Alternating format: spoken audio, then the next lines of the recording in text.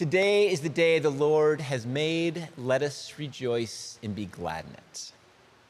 I was flipping through this sermon. This is long. You guys are, I'm kidding. It's not long. It's not, I promise. But what I will say is earlier this week, no one else had signed up to preach today. So let's be real clear. It was me or no, well, actually, it probably would have been Maeve. That would have been nice. That would have been nice. Oh, well. So I guess I'm trying to just relieve myself a little bit that it was me or nothing. So here you go. So, everyone may have heard the analogy that religions were all trying to get to the top of a mountain, right? And that every tradition has a different path. And this resonates with me, and it calls out that there are other traditions, and they may not be as accessible for us because this is our tradition, but there are other tools that may work along the way. So for me, as I mentioned, in my own bio, other religions have always fascinated me, but still everything does come down to what Jesus has said, which is really love the Lord and love your neighbor, right? And a slight reframing of that is pay attention and be kind, right? So I have said in the past, and it's funny because I feel bad for Cynthia. Cynthia is new with us today. She has not heard me in the past. Everybody else probably had the opportunity to not come today because they've already heard some of this. And Lynn, I'm thinking back to one of my early first sermons about Groundhog Day, which is one of my favorite movies. And Paul said afterwards, that was a good Buddhist sermon. And I miss Paul. But what I will say is that Christians are really the best when it comes down to what to do, right? And that kind of fits in very nicely with how to be kind. But I will say the Buddhists really do a very good job of how to be and how to love God. And I'm glad that Maeve called out that there is a tradition in the Christian tradition of meditation, etc. But Jesus was pointing that out, and fewer in the church afterwards pointed out quite as much. So you're in luck because for the sake of time and your patience, I'm really only going to focus on paying attention rather than paying attention and being kind. So I will admit to everyone that I struggle with the teachings of the church and interpretations of Christianity that are beyond the teachings of Jesus, meaning that I'm always willing to listen, but if it's someone other than Jesus who says that it's so, I end up asking a few other questions, right? And so some of the most obvious examples for all of us is preachers that you hear on church, hear on TV, for example, explaining what God thinks, etc. Obvious answers, right? I'm not necessarily going to take that at face value. But there are others, who are extremely smart individuals, like St. Augustine, who, from my perspective, comes off a little bit like an attorney for God. And I am confident that God does not need an attorney. And if you start sounding like one, well, maybe there's something that you're missing there from that perspective. So part of this resistance in my life, or rather, part of this resistance comes with the idea of things that we're supposed to expect in the afterlife, and what we should be doing to prepare for that. So I love a handful of stories from the Buddhist tradition, which is the Buddha is asked by a monk in his order, and the monk is angry. He's like, listen, give me these answers right now, or I'm out of here. He wants to know, is the cosmos finite or infinite in space? Is the universe finite and infinite in space? Is the soul the same or different as the body? And what happens to the enlightened person after death? Yeah, want to know. Give it up right now. And the Buddha then tells the story about a man being shot by a poison arrow, right? And the family rushes him to the doctor, but the man won't let the surgeon remove the arrow. Let him remove the poison arrow, because first he needs to know, so wait, was the shooter tall or short or medium height? And what color was his skin? And what kind of bow was used? What was the material made of the arrow made of? What type of feathers were on it? And the point of this from the Buddhist perspective is like, look, focus on the immediate problem, right? The human condition is real, it's immediate, it is defined by suffering in a lot of ways, right? And the primary goal of that spiritual practice isn't to solve theoretical decisions or questions about the universe. It's to pull out the arrow, right? To free ourselves from suffering, from ignorance, from greed and hatred.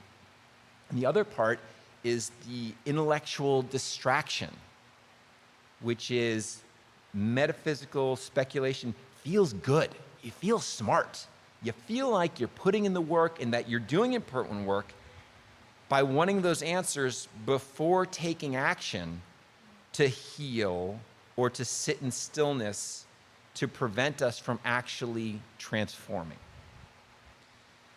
So I've mentioned this as well because the more I think about it, this ended up being a spiritual moment for me. And I mentioned the story where I was on a trip in Toronto and it was a gorgeous day and I'm walking through the square and there's a street preacher, which the microphone and kind of yelling at everybody, but he has a pamphlet that says, "Is this all there is?" And I stopped and I said, it's actually a pretty nice day, right? But this is the point. If you're constantly distracted, you're not actually paying attention to what we have. So I am very thankful that I know that everybody here has had at least one experience with meditation because it happened earlier this morning. So, but I have talked about meditation and I've said, okay, I'm actually going to walk you through just a very short one. And I'm going to set things up a little bit because everything that we do in our lives is to change our consciousness. That's it, right? We have our consciousness. We are identical to our consciousness, meaning that everything we do is about that. So you can think about that a bit, but what it comes down to, if consciousness is really all that we have, it's important to understand what it actually is and what it's not. So, spoiler alert, most of the time, our consciousness is completely overwhelmed by the internal monologue or whatever it is that we're telling ourselves. Always, always, always. And we believe it to be true. So I do apologize for this because quite frankly, while everyone's experienced meditators right now, after this morning, this is going to be a little bit more of a talking and directed meditation than you would have in a traditional meditation. And I fully acknowledge that this isn't necessarily a good starting point. But I'm really hoping that one of two things doesn't happen. One, it's so frustrating that you're like, I'm never doing that again. Or two, you kind of see it and you say, all right, sure, but so what? So again, I want you to consider now that if you, like most people, probably internalize your mind firmly in your head, right? And that you use your mind or use consciousness to understand the world. Right, you and your consciousness and the world, very different things. And I'm just going to suggest a few pointers in the meditation, which I hope has a slight shift in that perspective. So I'm going to call that in advance. I'm hoping you're going to notice is that sense of you that you have, that sense that you know that this is me, this is I, that you feel so strongly. I'm going to call out that sense sits inside of consciousness. Consciousness is not inside of you as much as you are inside of it. The real goal for this meditation, any meditation, is to simply be aware. I'll say, love God, be aware of what is, right? The goal is to stop being distracted, to stop the immediate identification with your thoughts, right? So it's not to stop your thoughts, but it's to see how everything, including your thoughts and the feelings, how they arise on their own, almost like a waterfall, and that the thoughts are the most difficult part. because they're always auditioning for your attention, right? Inevitably, one of these thoughts wins, and it captures your attention. In the meditation, when that happens and you look up and you've been distracted, don't worry about it, but take a look. Where are you in relation to that thought that came up? Okay. So we'll start the meditation. I'm going to suggest that you gently close your eyes. You don't have to. If you don't close your eyes, any instruction that I have is just the same thing as your visual field, right? So take a couple of deep breaths. I'm going to call out, this is not meant to be a dreamy state. You are fully aware and paying attention. But begin to follow your breath. The deep inhale and the exhale, and just notice that for a minute.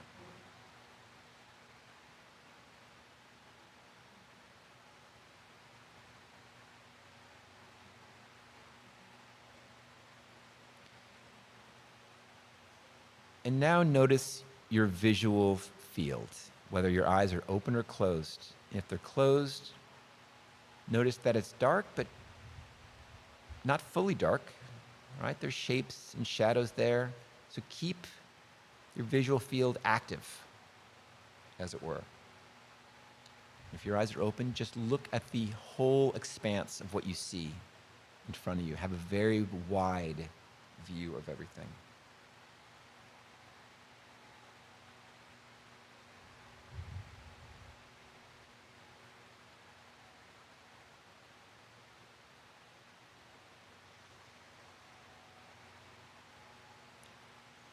And now start to notice everything else that arises. The sound of my voice, the feeling of your feet, the feeling of your seat in the chair.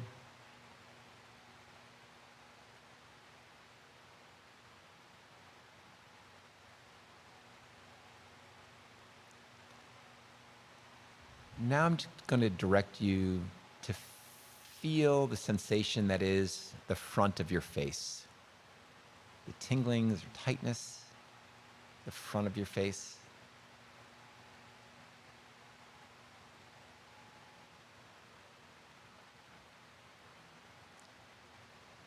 Now feel the sensation of your back. The feeling of your back.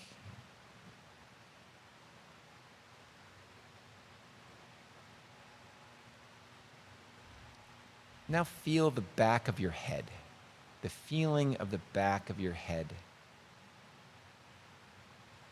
And even go back and forth a little bit between the feeling of your face and the feeling of the back of your head.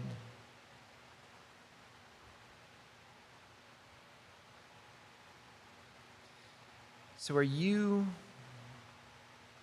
behind the front of your face? Or rather, are you in front of the back of your head and behind the front of your face?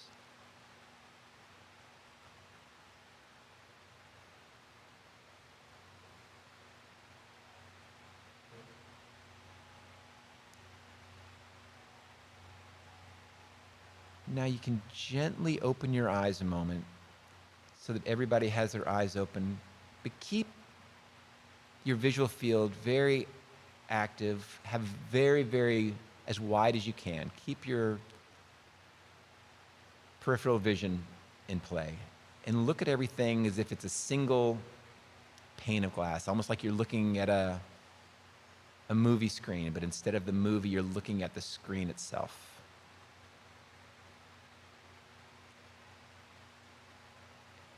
And while you're doing that, there's a pointer of look for your head. Look for your head while you're looking at everything else. And just notice that where you know your head is, the world appears.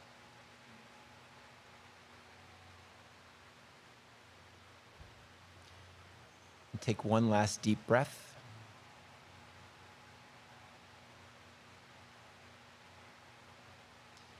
And I appreciate everybody walking through that with me. The point of a meditation practice is really to start developing moments of true awareness, right? That you're not distracted by anything else. And they don't last for very long, right? That's the point of the practice, to be able to hold that moment for longer and longer. It may only be for seconds at a time, and then to be able to go out into the rest of your life and still be able to call those moments, right? There's nothing, in fact, while you're walking down the street or doing anything else, driving your car, where you couldn't have the same type of meditation. So I love the joke, how do you know if someone's a vegan? Don't worry, they'll tell you. I feel a little bit like that with meditation, but I swear that other than right here when I say, okay, I'm going to take this opportunity, I really don't bring this up a lot outside in the world. But it comes up, right, more and more with people. And I had a coworker who had said, you know, I tried meditation once and it doesn't work for me. And I mentioned that, in fact, I meditate every day. And he says, does it help? And at the time, it kind of stuck me, because it helps, but that's not really the question, right? The point of meditation is to get these moments that you can return to over and over. And as a byproduct, sure, it helps, but that's not, the reason is not to meditate so you can sleep better, or it'll help you physically, although it does those things too, right? That's not really the point. And there's another great Zen story. There's a Zen master who goes in and his student is meditating, and he says, what are you doing? He says, I'm meditating to become enlightened. And then the Zen master picks up a brick and he starts rubbing this brick, and he's rubbing the brick. And the student says, what are you doing? I'm polishing this brick to turn it into a mirror. The student says, you can't turn a brick into a mirror by polishing it. He says, you can't reach enlightenment by meditating. This is not the point. What I will say is that with regular meditation in practice, this is another way of loving God and seeing what's happening, right? You become familiar with the separation of the senses, of the feelings, of the thoughts in different streams, and then you can bring them back together in that single expanse in a different way. So when you are still and you watch the flow of experience, this is where I then suggest you have an opportunity to witness the unbelievable explosion of each individual fleeting moment, even if only for that one moment, before getting lost in thought again. This is the moment the Lord has made. This is the instance that the Lord has made. Let us rejoice and be glad in it. So the practice is an investigation that you conduct on yourself, right? You see that your mind is well different from that internal monologue, what it's always telling you that it is. And it's a great source of peace. You don't have to take my word for it. You can see it yourself. And then it also becomes an easier path to being kind. But we can pick that up another time. So if you can use these moments of peace, where you can consider and understand your own beliefs and your own faith and your relationship with God, the Creator, Jesus the Christ, it's a perfect opportunity. But there's work to be done here, loving God here and now, well before any concern about what's next. So pay attention, for indeed the kingdom of God is within you. Amen.